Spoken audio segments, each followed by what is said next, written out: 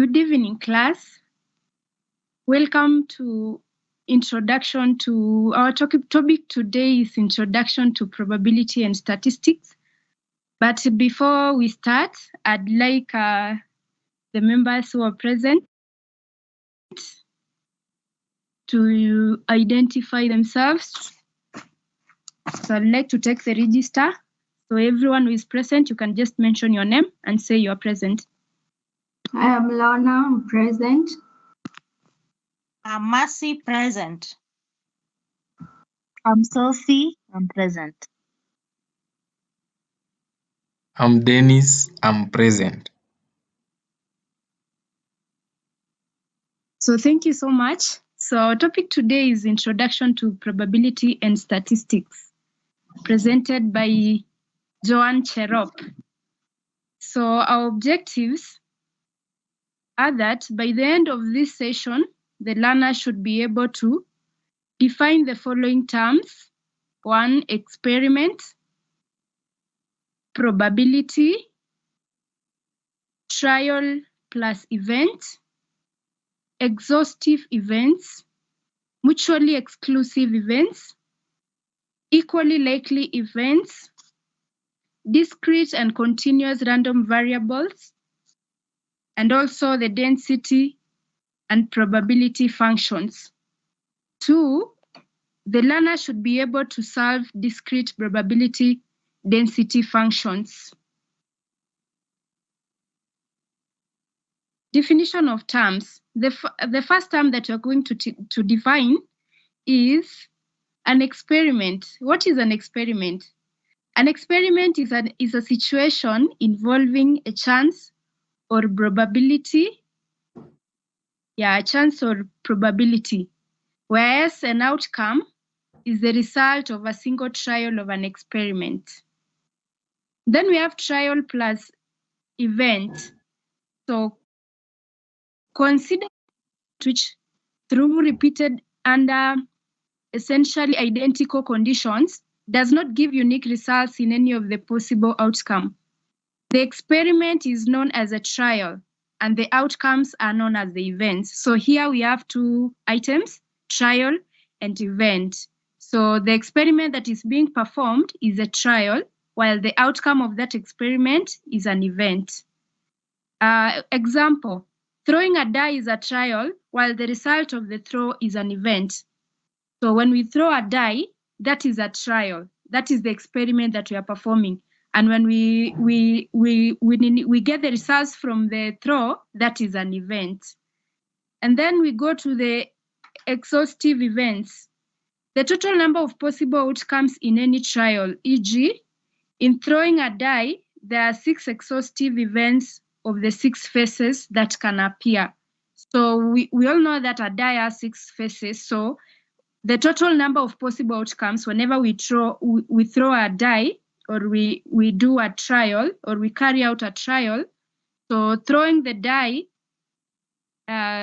gives 6 exhaustive events of the 6 faces that they appear. The other one is mutually exclusive events.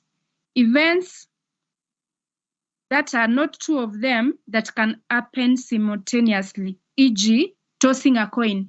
A coin has 2 faces, the side that has the head and the side that has the tail. So in the event that 2 of them can happen simultaneously, that one is known as mutually exclusive events. And then there are equally likely events. 2 or more outcomes of a trial are said to be equally likely if any one of them cannot be expected to occur prevalence of the other sample points. So, sorry. Then we go to discrete. Sorry, just proceed. I think we are good. Discrete and continuous random variables. So here we are going to define what is discrete random variable and a continuous random variable. So the first one is the discrete random variable. So a random variable is said to be discrete if the values it assumes are finite or countable, e.g., the number of supporters of a candidate. And then the second example, the number of daily demand of newspapers in a town. So that is known as discrete random variables because they assume finite or countable. You can count the number of candidates, you can count the number of newspapers in a town, you can count the number of students at Kenya School of TVET, so those are discrete random variables. Whereas on the other hand, a random variable is said to be continuous if its values are not countable, but can assume any particular real value or finite or infinite intervals. So, e.g., the daily quantity of water in a dam, the length of service of an electric bulb. So those ones are non-countable, or they are infinite. They happen at infinite intervals. So the quantity of something, the length of something, the height of something, that is known as the quantity of something. Yeah, that is a continuous random variable. So then we go to the density functions of discrete random variables. Discrete density functions often consist of merely a table of values. Thus, if two coins are tossed, such that if X represents the total number of heads, so a coin has the two sides, which is head and tail. So let's take, for example, that the side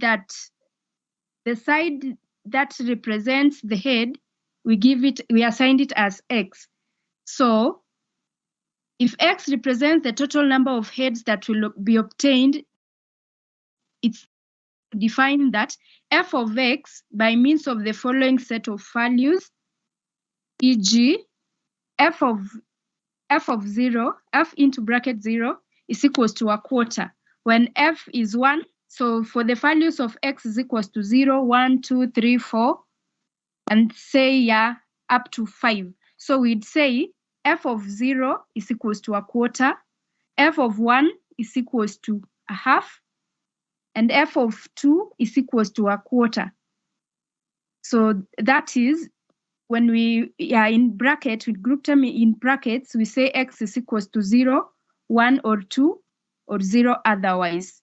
So a probability function is the probability weights are tied to the various points of a sample space. Consequently, it describes how the total probability is distributed over these coins.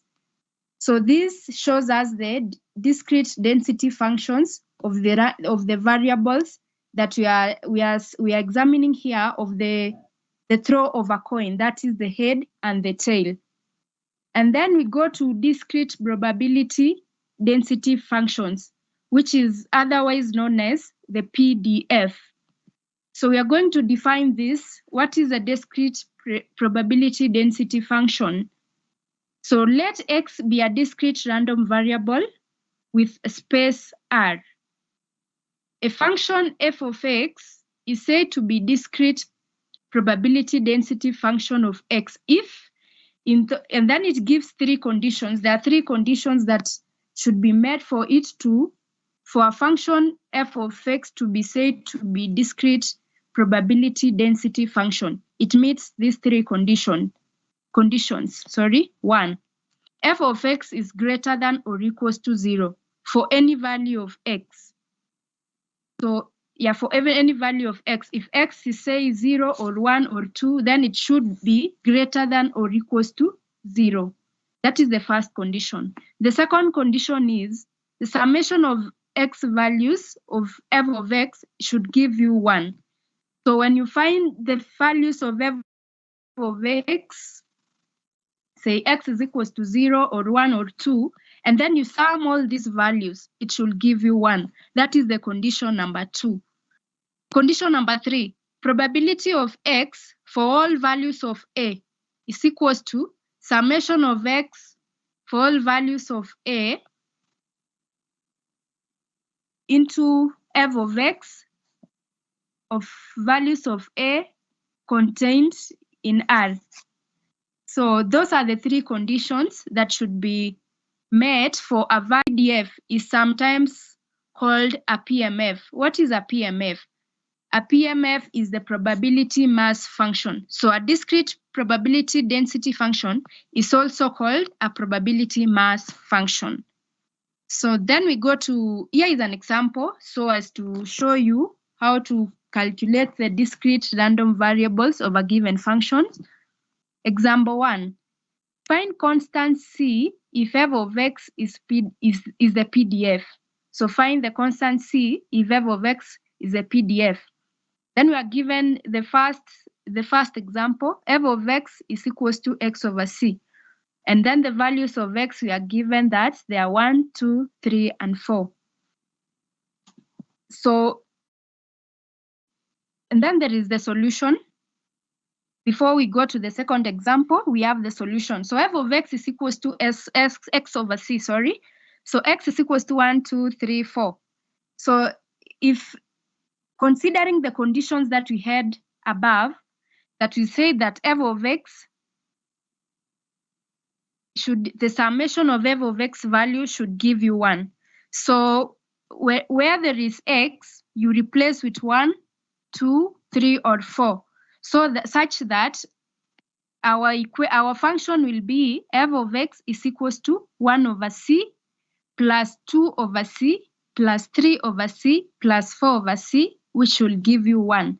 So here, 10 over c, when you sum all this 1 over c plus 2 over c, 3 over c plus 4 over c, it gives you 10 over c. So 10 over c is equals to 1. And then we cross multiply. Our answer is going to be c is equals to 10. So that is our example 1. Example 2. Example 2, we have f of x is equals to c of x. C multiplied by x, that is.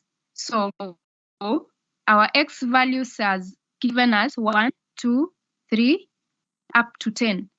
So here we have a condition from our conditions above. So the summation of f of x is equals to summation of c of x. So, but our x is 1, 2, 3, up until 10.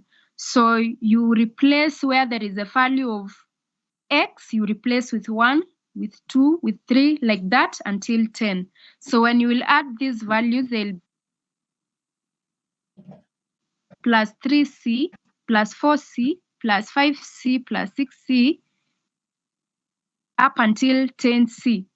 So all this gives a total of 55c, which is equals to 1. So to find the value of c, we would say you divide both sides by 55 so as to get the value of c. So here, 55 and 55 will cancel, and then we'll remain with c is equals to 1 over 55. So here, our answer is c is equals to 1 over 55.